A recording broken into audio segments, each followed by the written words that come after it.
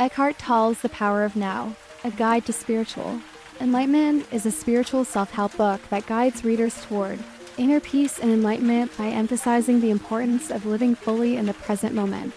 Written in a question and answer format, it distills Tolle's teachings, drawn from his personal transformation and years of spiritual exploration, into practical insights for transcending the mind's limitations and connecting with one's true essence. Below is a comprehensive summary of the key meanings and explanations provided by Tolle in the book, woven into a cohesive narrative as requested. Tolle begins by sharing his personal journey, which sets the foundation for the book's teachings.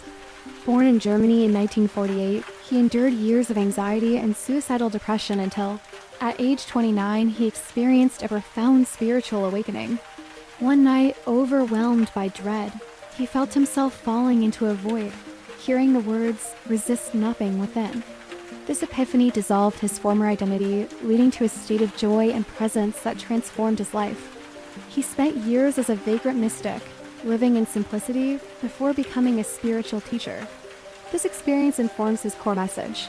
Enlightenment is not a distant goal, but a state of being accessible, now by disidentifying from the mind and embracing the present moment. The central thesis of The Power of Now is that the present moment, the now, is the only reality. Tolle asserts that past and future are mental constructs, illusions created by the mind. The past exists only as memory and the future as anticipation, both of which pull us away from the now, where life truly unfolds. He explains that most human suffering stems from identification with the mind, particularly the ego, which he describes as a false self constructed from thoughts, memories, and societal conditioning. The ego thrives on time regarding the past or anxiously awaiting the future, causing pain by keeping us disconnected from the present. Enlightenment, Tolle argues, is the state of pure consciousness, or being, where one recognizes their true self as the awareness behind thoughts, not the thoughts themselves. This awareness is eternal, connected to the unmanifested, a timeless essence Tolle equates with God or the source, drawing from spiritual traditions like Buddhism, Christianity, and Sufism without adhering to any single doctrine. Tolle introduces the concept of the pain body, an accumulation of old emotional pain that resides in individuals and collectives. He describes it as a semi-autonomous energy field that feeds on negativity and perpetuates suffering.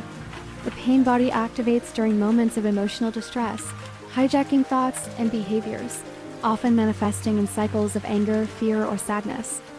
Tolle explains that by observing the pain body without judgment, one can disidentify from it, allowing it to dissolve. This active presence, being fully aware in the now, starves the pain body of the negativity it requires to survive, as it cannot feed on joy or peace.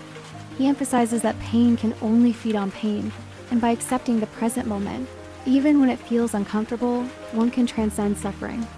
The book explores how the mind creates psychological time, which Tolle distinguishes from practical clock time used for scheduling.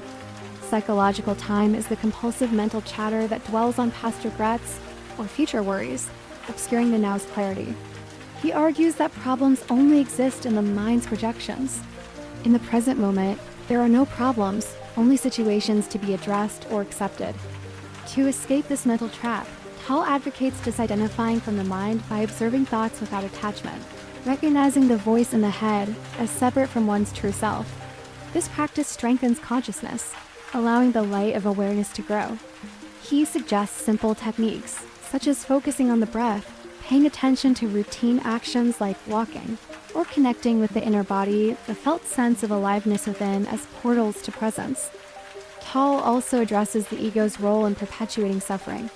The ego, he explains, seeks control and identity through external validation, achievements, or resistance to what is. It creates a false sense of separation, fostering fear and conflict. Enlightenment requires dissolving the ego by surrendering to the now, not through force but through non-resistance. Tolle clarifies that surrender is not passivity or weakness, but an inner acceptance of the present moment's reality, which paradoxically empowers authentic action. For example, accepting a difficult situation allows one to respond from clarity rather than reactive emotion. He cites Jesus' parable of the man who builds his house on rock, not sand, to illustrate that presence is a solid foundation for life, unshaken by external storms. Relationships, Tolle teaches, are a profound opportunity for spiritual growth. He describes unenlightened relationships as oscillating between love and hate, driven by egoic attachment or the pain body's drama. True love, however, arises from presence, where one sees the other as part of the same consciousness, free from neediness or control. He suggests that relationships become enlightened when partners practice presence, letting go of mental judgments and expectations.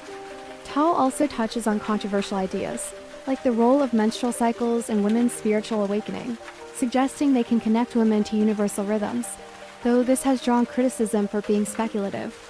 Meditation and mindfulness are central to Tolle's teachings, but he reframes them as a way of life, not a temporary practice. He encouraged readers to enter a state of active waiting, akin to a servant awaiting their master, fully alert and present. This state aligns with what he calls satori, a fleeting taste of enlightenment that can deepen with practice. Tolle also explores the unmanifested, the formless source of all life, accessed through stillness, silence, or dreamless sleep. He suggests that enlightenment is not about achieving superhuman feats, but rediscovering one's natural state of connectedness with being, which is always present but obscured by the mind. Tolle addresses collective suffering, suggesting that humanity's identification with the ego and mind has fueled historical disasters, from wars to systemic injustices like capitalism's excesses. He proposes that a shift to present moment awareness on a planetary scale could transform consciousness, aligning with spiritual traditions that predict an awakening. However, he emphasizes individual responsibility. Each person's presence contributes to the shift. The book concludes with the concept of surrender, not as giving up but as embracing the now fully, beyond the duality of happiness and unhappiness. Tolle teaches that peace lies in this acceptance, where one finds joy in simply being, free from the mind's distortions.